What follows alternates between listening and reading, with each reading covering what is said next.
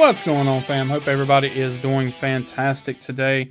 So I've got one for you that's been a little while coming. You guys have already seen this knife. This was a Blade Show pickup. I've been trying to get caught up on doing these videos. It's just taking me forever. But I've got a lot in the pipeline, so you don't have to worry. Everything's going to filter out every other day, with the exception of a brand new series that I'm going to start doing every Tuesday. So you should be getting anywhere between 2 and 3 uploads a week, depending on how they land. Like I said, I'll be doing my normal every other day uploads, and then the additional upload on Tuesdays. That will be a special video series. So without any further ado, let's get to what we've got here. So this is the Ridgeback from my good friends at Dead Reckon Knives. And as I'm filming this today, they just dropped a release as of lunchtime today. Excuse me. So about 5 hours ago, they did a drop. And as far as I remember, as far as I know, they were the exact model that I have here, the aluminum and 3V version. So we'll go over all of that here in just a minute. But first, I will show off their kind of the handwritten certificate card that comes with. So you do get the Dead Reckon card here. So as you can see here, it just kind of gives you the legitimate breakdown of what you've got going on. And this was the first orange ever done. Blade style number 2, so that is the worn cleaver blade, and body style number 2, that is the kind of the wave pattern there. Again, we'll go through all of that as well. So this is the 3V steel, and they run this is the CPM 3V. They do run their heat treat at 58 to 60, 70-75 T6 aluminum body, and it is the sunburnt orange. Their anodizing on their aluminum is a type 3 hard anodizing. So absolutely fantastic stuff here. Just in general, it's just a great blade. So we'll go ahead and move that off to the side. I'm actually going to adjust the camera down so we don't have as much background noise. And I will show this knife here up close. Let's go ahead and do our typical zoom. So hopefully I have changed the settings on my camera, so it doesn't sound like I'm talking to you from the bottom of a well now. Apparently the camera had a function to where when you zoomed in, it would also zoom out the mic to where it would hear whoever was talking from, however long away. So here we are just taking a look at the milling and everything on the knife. So beautiful milling work. You do have tons of texture, even though it's not a rough texture. You do have plenty of texture on the knife itself, thanks to this wave pattern. The anodizing itself is fairly smooth. And there you do have their logo. So if you look here, their logo is that A from the Dead Reckon, and that is how they wanted to incorporate their logo into the whole knife instead of having any billboarding, etc. Take a look at the other side here. So again, you can see the quality of the coating. It's a really clean coating. Beautiful coloration on the sunburnt orange here. It's kind of part of the reason why I picked this one up. And you'll notice as well, all of the blade, the hardware, everything, the button, the whole nine is all done in a salt bath nitride finish. So they all match perfectly. They're all done in the same finish at the same time. So that is that. And we'll go ahead and flick the blade out here. Take a look at the blade. I'll try not to cut myself. So you can see again that same finish. You can actually see the kind of the belt satin that's underneath the finish, which is really cool. And really nice little worn cleaver blade style here. So these are a done on a belt. It looks like one of my belt finishes here. So the grind is done by hand. So there will be slight imperfections, and that's all to be expected on a hand finished knife like this. Although I can tell you it is done pretty well, and it is definitely sharp. So I could probably strop it just from the use over the last couple of weeks, but we will still test it as is. You can see that is a really good convex grind there. Your thickness behind the edge, it is a little thicker, so it's not like a super slicer or anything, but that is going to help with the longevity of the knife itself and help with how it wears in. So you do have some jimping there on the back. We'll go ahead and show the jimping on the flipper as well. So this was something where they had talked about. Let's see if I can get my camera to focus here. So it doesn't look like much, but it adds just enough. Honestly, in my opinion, I'm on it. If the flipper's done right, it doesn't really matter. But this one does have a little bit of jimping there, which does add just enough grip for your finger. But this knife works more as a push button anyway, or with the reverse flick with that very nice blade hole. So the other thing I will show now, that since I've got it zoomed in, you can actually see it, is how their pivot system operates. So if you see that, the screws turn with the knife. So the pivot, see if we can show it here from this side. Come on, zoom or focus up. Here we go.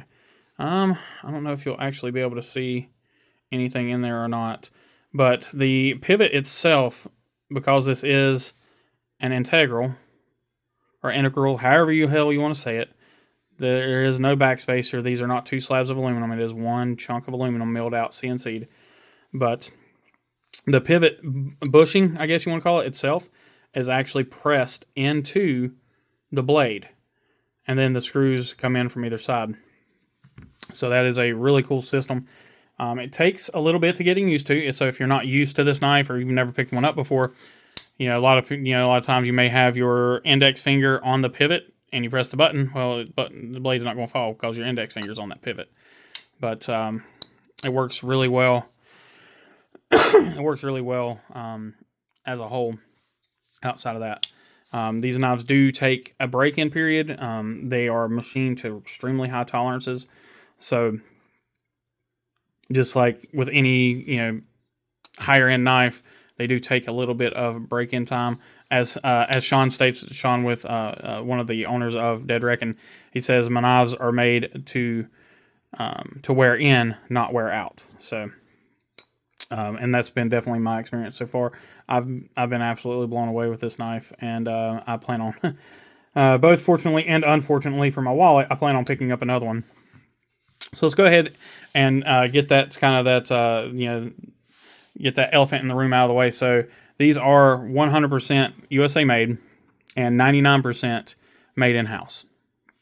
So everything with the exception of the springs on the button, or in the button, and then the sealed bearing system that it uses. Outside of those two parts, everything else is made and done in-house. So, which is really awesome. That helps them keep their quality control up, helps everything. And you can get this version here. They have a multitude of different colors. Like right now, I think they still had 4 or 5 different colors. You can get the burnt orange, you can get a merlot, a purple. I think they had black. And I think that was all they had on this site right now. But if you're lucky, when this website or when this video drops, there'll still be some available. But you can get this at $335, and then they have titanium versions with Magna Cut or S45, depending on what they're running at that time. You can get those for $445, which for what you're getting, absolutely incredible deal, absolutely amazing value. We'll flicker out here and just take a look at the knife. As far as how it feels in the hand, I guess I'm gonna have to kind of zoom out. There we go. Now we're at the normal height for my videos. Thought we were a little far in there. Anyway, I absolutely love this knife. Flipper action works great. Reverse flick works amazing for this. Index finger, middle finger works fine. Ergonomics, fit and finish, all amazing. So in the hand, it is... I have absolutely no complaints. And this is coming from someone, as far as the design work and the ergonomic part of it, is this knife was designed to work. This knife was designed for that task. That's why their original blade design was done the way it was. I kind of talked about that in the Blade Show Texas exclusive video I did with them. So if you haven't seen that, go back and watch that, because you get a lot of great information from Sean there as well. But in the hand, it just locks in. The jimping is perfect. You do not feel this pocket clip. The pocket clip is short. I do have, if I had one nitpick, and this would only apply to me or people that dress like me, is the pocket clip. So you can see there, and let me zoom in just a hair. There we go. So you can see there that there is a little bit of space on the pocket clip. Now this is done probably for normal, and I checked them. They're all the same way. At least the ones that I picked up at the show were. So there's just a little bit. I mean, and that's looks like more than it really is. But anyway, that little bit of space there, with me wearing basketball shorts all the time, it doesn't have the best retention. Now, that being said, I've carried it a ton. I haven't had any issues with it, pulling out, coming out of the pocket or anything like that. It's just something I've noticed that it doesn't have the best retention. So what I'm probably going to do, I'm probably going to pull this clip off, and I'm probably going to put just a little bit of a bend in it, just to get a little bit of that spring into the clip down towards the aluminum itself. But outside of that, I've had absolutely zero issues with this knife, and that's not even really an issue. Again, it's came sharp right out of the box. Again, I have been using this for, it's been in my pocket or with me every single day since Blade Show. So I haven't used it a ton, but I've used it enough to where it's, enough to be said, but it will still shave the top of the paper, and it is still push cut sharp. This is that super thin computer paper that I've always used for you guys, or that I've used lately, I should say, since I was cheap and bought it from the dollar store. But I absolutely love this knife. The other thing that you'll see on it as well, and let me zoom here, so you can see on this part right here, even though there's a little bit of oil in there, and that oil is from me. See if I can get it showed here. So the button lock system, it's not your traditional button lock. So you see how that piece there is not moving whatsoever. So your locking mechanism is actually inside. Oh, I think I can actually get it. Let me grab a light. So I have, let's see here. So I'm going to just try to open it and close it to where you guys can see it.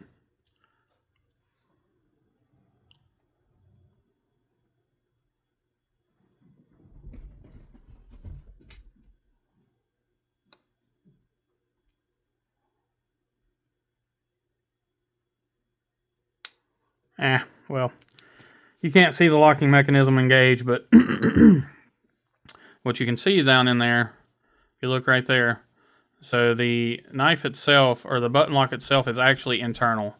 So it is parts of that bushing system that's in there. So your bushing, this giant bushing right here, is what... Oh, come on, camera, work with me.